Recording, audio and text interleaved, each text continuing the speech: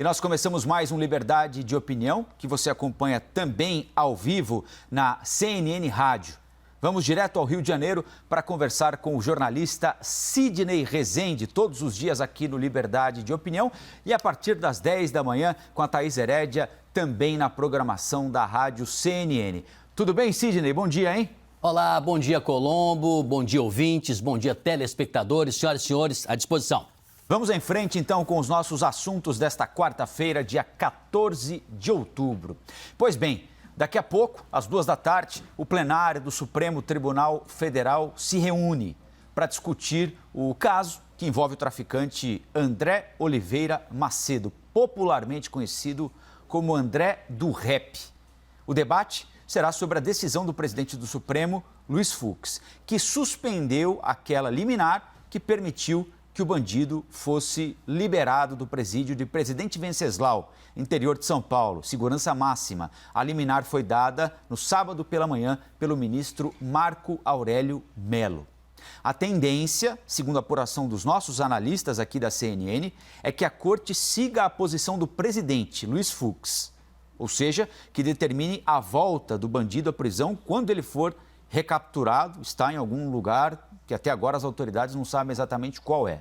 Mas, ao mesmo tempo, que o plenário da corte faça ressalvas sobre a forma como a suspensão foi anunciada pelo presidente Luiz Fux. Em entrevista ontem à CNN Rádio, que você tocou com a Thaís Herédia, o ministro Marco Aurélio afirmou que não está arrependido da decisão que tomou porque ele seguiu a lei.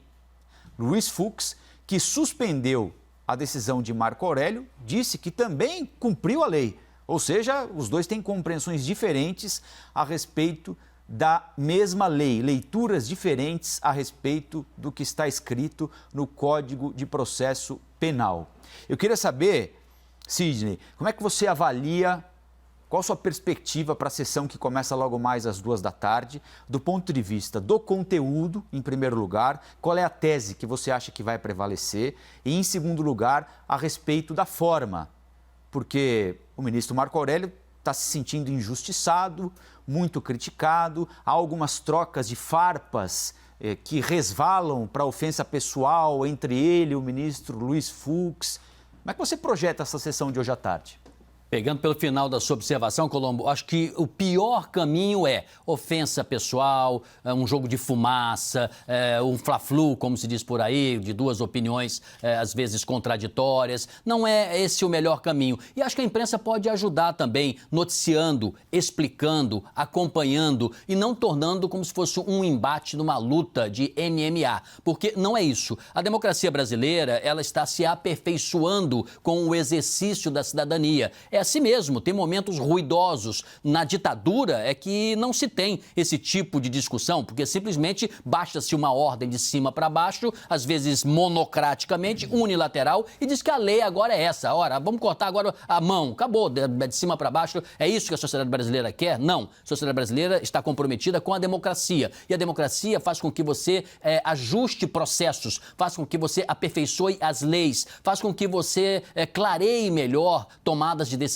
Imagina na Suprema Corte do país, que é a última instância da guardiã da Constituição brasileira. Então, o que eu quero dizer com isso? Eu acho que nós todos como cidadãos, como profissionais, não devemos contribuir para este embate, jogar um contra o outro. Eu acho que isso não é nada construtivo, não é nada propositivo. Por isso, a minha expectativa pessoal, esta é a minha opinião, é que se tenha um debate de altíssimo nível, ainda que mais tenso, ainda que se eleve um pouquinho a voz, que as emoções fiquem mais afloradas, é compreensível, mas nós temos que acompanhar o debate mais de ordem técnica e jurídica. Não é esse aqui. Devia soltar, não devia ter soltado, fez certo, fez errado. Quem é que ganhou essa luta? Não, acho que isso não é, me permita, Colombo, o nosso melhor caminho. Não vamos chegar a nada se for dessa forma. É como se fosse um labirinto, quando você chega no final tem um paredão. Então a gente não quer um paredão, a gente quer uma saída. Uma entrada e uma saída, mesmo que sejam caminhos tortuosos e cheios de obstáculos. Por quê? O que acontece que vai ser discutido hoje? Mais do que se Marco Aurélio fez certo ou não. Ontem a primeira pergunta que eu fiz a ele, olha, o senhor interpretou e tal, e logo de cara ele disse, eu não interpretei nada, a lei é clara. Então ele de fato, como você afirmou no seu enunciado, ele acha que a lei é claríssima e ele, à luz da lei, ele sequer interpretou, ele simplesmente a fez cumprir. Esta é a posição dele. Agora, o que acontece? Esse rapaz, o André do Rap, esse traficante, ele foi condenado numa primeira instância em Santos a 14 anos de reclusão em regime inicial fechado e 975 dias de multa. O que é que fizeram os advogados dele e está dentro da lei? Recorreram e foi, portanto, analisado numa outra instância, desta vez não mais em Santos, mas na 10ª turma do Tribunal Regional Federal da 3ª Região, TRF3. A interpretação dos homens da lei nesta outra instância foi de redução. Reduziu de 14 anos para 10 anos e 2 meses e 15 dias de reclusão em regime inicial fechado, bem como 975 dias de multa. Portanto, os advogados dele obtiveram uma vitória, né? Ele foi condenado a 14 e depois reduziu-se para 10. Não satisfeitos, os advogados continuaram lutando em favor do seu cliente e entraram no Superior Tribunal de Justiça, pedindo habeas corpus, para ele ficar solto e responder em liberdade. Aí que aconteceu? O STF, naquela ocasião, o ministro Rogério Schietti, que foi o relator, não deu, negou habeas corpus, ou seja, o manteve preso. Aí os advogados, também dentro da lei, recorreram ao Supremo Tribunal Federal. No Supremo é que o ministro Marco Aurélio fez esta interpretação. Não foi o ministro que fez a lei é feita no Legislativo, é feita em outro poder, ele aplica a lei. Agora, daí você dizer, se foi rejeitado em instâncias anteriores, isso deve ser levado em conta? É interessante isso. Ou o ministro Supremo, ele não leva em conta nada que foi aprovado ou discutido antes dele. Essa é uma discussão para hoje também.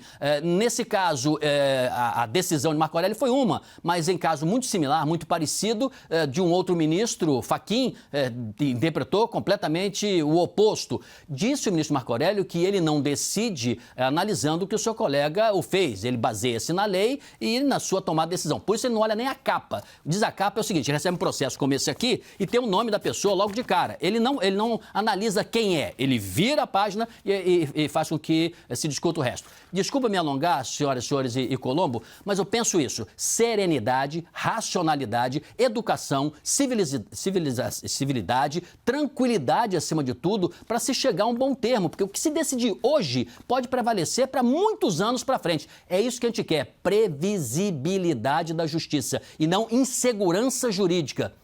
Deu para entender? Muito bem, como sempre. Agora, Sidney, eu queria mostrar para você aqui um trecho de uma entrevista exclusiva que foi concedida à CNN pelo ex-ministro da Justiça e Segurança Pública, Sérgio Moro. Por que é que ele foi entrevistado?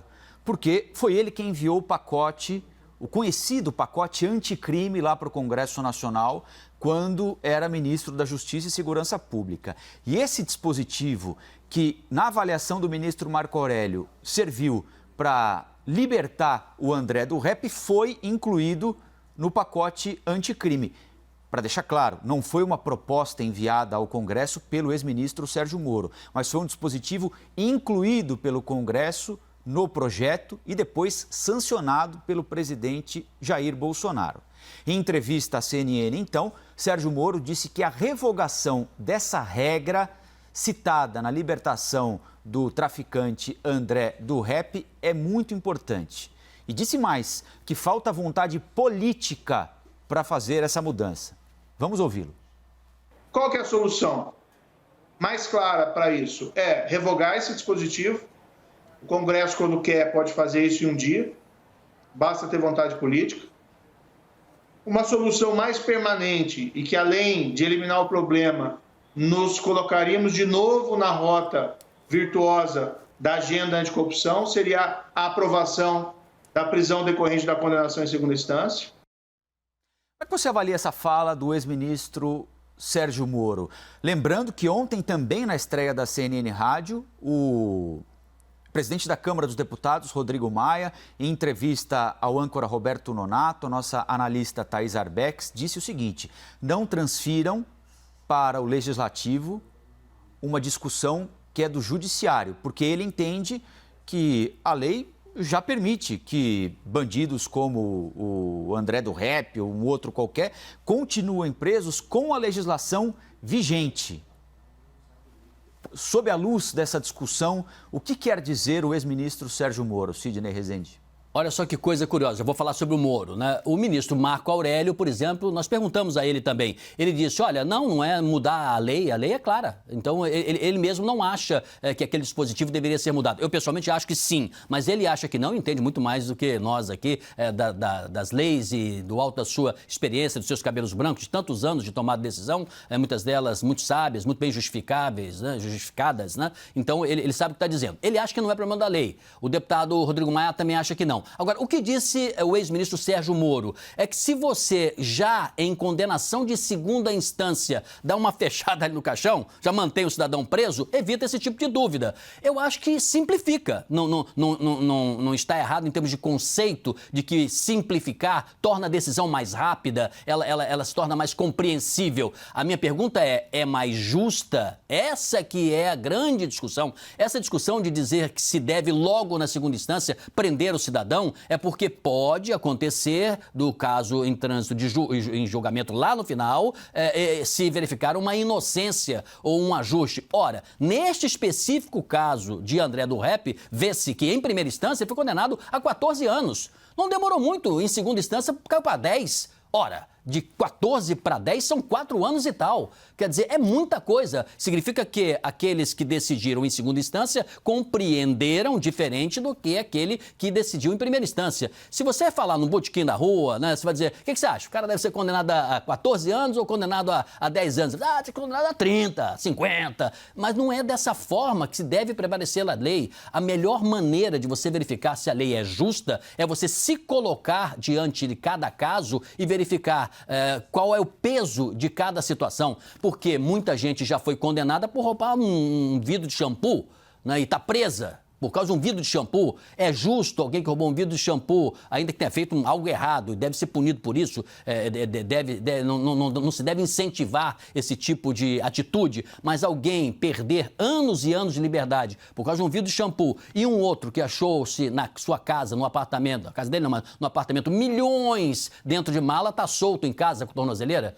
A pergunta tá certo isso? Então, recapitulando, me parece mais simples, mas as coisas não são nem sempre tão simples assim. Quando se trata de liberdade das pessoas, se trata de puni-las diante da sociedade, se trata de inspirar a sociedade a ir pelo caminho correto, é preciso dar pesos e medidas. Não gosto muito dessas decisões de afogadilho, assim, que simplificam demais as coisas. A vida não é simples. Senhora e senhora, é que nem a relação de amor e matrimonial, né, de paixão, né, você lida com outra pessoa, um dia você briga um pouquinho, fica com saudade, volta, outro dia você pede desculpas, você ajusta e às vezes você encontra para a vida toda uma pessoa que te completa perfeitamente e quase você não briga, quase não discute, mas é um caso raro. Faz parte das relações humanas ter conflito. Não faz parte é você quebrar contratos, é você trair preceitos comuns e combinações entre as partes. Então, voltando, não acho exatamente muito bom você simplificar o processo. Eu preferiria ter certeza absoluta da culpabilidade, embora no caso do André do Rap tem provas, não estou falando deste caso,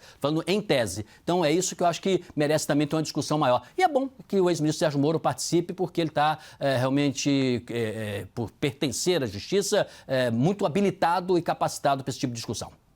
A CNN segue em transmissão simultânea na TV e no rádio com liberdade de opinião. Estamos conversando agora com o Sidney Rezende. Daqui a pouquinho tem a participação direto de Brasília do Alexandre Garcia. Agora, 9h17, o ministro do Meio Ambiente, Ricardo Salles, disse durante uma audiência no Senado que o governo federal deve fiscalizar 6% de toda a área do Pantanal. Essa é a responsabilidade do governo federal, 6% de todo o bioma. O restante é responsabilidade dos estados.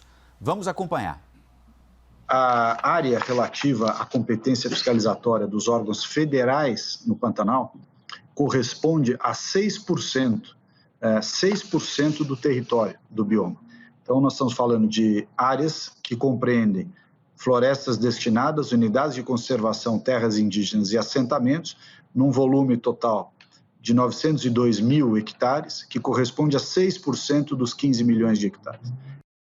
Depois desta fala do ministro Ricardo Salles, ambientalistas reagiram, afirmaram que em situações de crise, como das queimadas que já destruíram 26% do Pantanal, o governo federal deve atuar na proteção do bioma e ajudar os estados. Segundo dados do Laboratório de Aplicações de Satélites Ambientais da Universidade do Rio, como eu disse, a destruição do Pantanal já é de 1/4, pouco mais do que isso. Sidney, qual é a sua avaliação sobre o que disse o ministro do Meio Ambiente, Ricardo Salles, transferindo responsabilidade também para os estados, dizendo que o que cabe à União é uma área de 6% do Pantanal? Vamos ser positivos, vamos ser propositivos, vamos fazer com que a gente adiante um pouquinho, né? Resolva alguma coisa. Não vou entrar nesse debate não se o Estado deveria, se a União deveria e o governo federal ter mais responsabilidade do que os tais 6%. Aí não. Vamos trabalhar então dentro dos 6% do ministro para que o senhor e a senhora entendam o meu raciocínio. Vamos trabalhar exatamente nesse limite. Não vou nem entrar no embate se é governador, se não é governador. Isso parece mais política, parece 2022, né? Um empurrar para cima do outro para na campanha dizer eu fiz a minha parte, eles que não fizeram. Acho que isso não chega a lugar nenhum, não. Mas vamos imaginar o seguinte, tá bom, o governo é responsável por essa parte. Vamos pegar o próprio ministro, a sua última tomada de decisão que vai servir como exemplo para nós. O que fez o ministro, e não está errado, tentar achar soluções para reduzir as queimadas ou acabar com o fogo no Pantanal. E aí ele fechou um contrato com uma empresa para utilizar o que eles chamam de retardante do fogo. É um produto químico que ele é lançado por avião ou lançado por jatos também em terra, que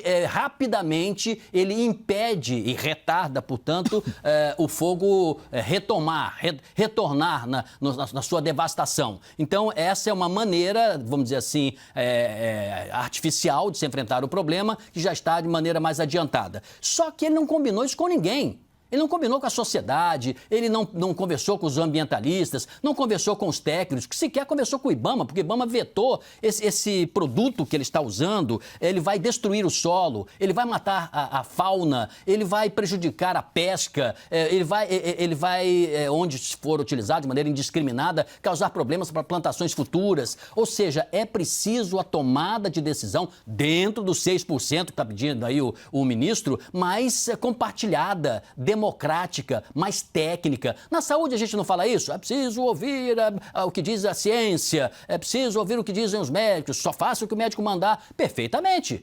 Então, no meio ambiente, como é que é? É monocraticamente, é autoritariamente? Então, esse é um outro problema. Tá bom que seja os 6%. Se o governo fizer um trabalho exemplar dentro dos 6%, que está dizendo o ministro que é a área dele, sensacional. Mas o ministro só manda recado de provocativo, ele acaba, como logo no início da sua gestão, rompendo pontes de diálogo com países que já investiam ali, como a Alemanha, como a Noruega, outros países interessados em impedir problemas dessa ordem. Gente, para acabar com isso é preciso dinheiro também, é preciso contingente técnico, é preciso equipamento, é preciso utilizar-se de produtos químicos também, se for o caso, mas aprovados, testados e não esses improvisos. Eu vejo um problema seríssimo aí de contaminação futura. É como se você fizesse uma dedetização na sua casa sem qualquer critério técnico. Você compra lá os produtos e sai jogando. Daqui a pouco morre seu cachorro, na criança também passa o dedo no chão e começa a ter uma ferida na boca, daqui a pouco tem uma doença crônica. É assim que se trata os 6% de óbito do ministro? Sei lá, tem dúvidas, hein?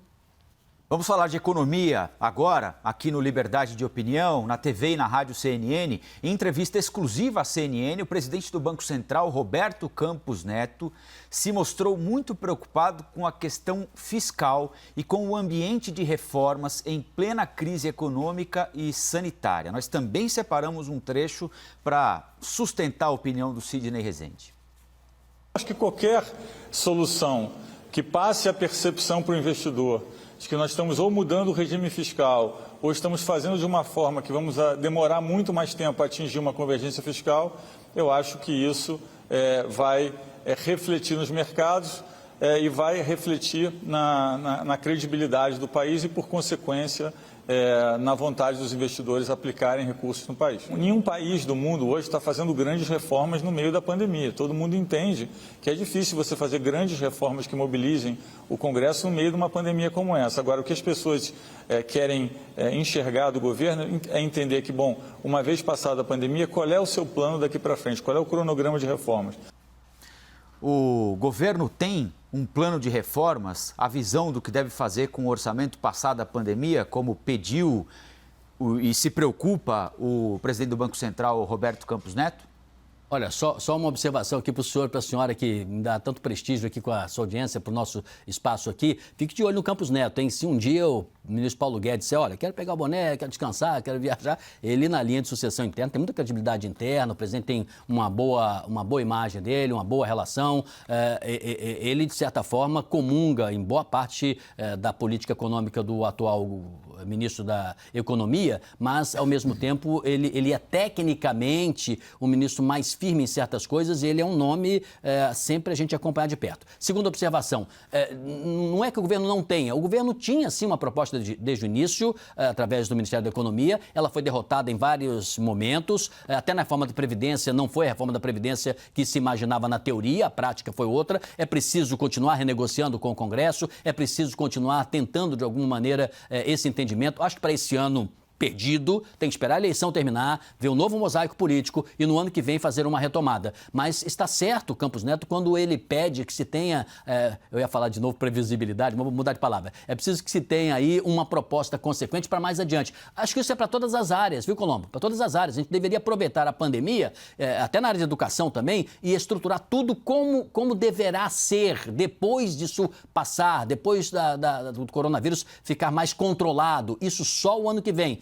Independente de ter ou não vacina, mesmo com a vacina demora um pouquinho esse processo, somos 200 milhões de brasileiros, mas está certíssimo em relação ao cuidado fiscal, isso o Campos Neto já há muito tempo faz, ele é do Banco Central, consequentemente a política monetária, por exemplo, passa obrigatoriamente pela sua mesa, ele conversa com gente do mundo todo, com outros presidentes dos bancos centrais também, ele sabe o humor dos investidores lá fora, como é que está, preocupação que eles têm com instabilidades aqui dentro, então esse alerta me parece bom. Por que ele falou agora, né? Não foi por acaso, foi só porque ele foi convidado, porque é importante uma fala nesse momento de alguém que possa, de alguma forma, retomar a agenda econômica dentro de um outro parâmetro político. Repito, que vai prevalecer só depois de termos eleição para os prefeitos e vereadores que estão aí, nesse momento, como candidatos. Sidney, até amanhã no Liberdade de Opinião e até daqui a pouquinho, a partir das 10 da manhã, com a Thaís Herédia na CNN Rádio, hein? Continuo motivado, hein? Obrigado, pessoal. Sempre.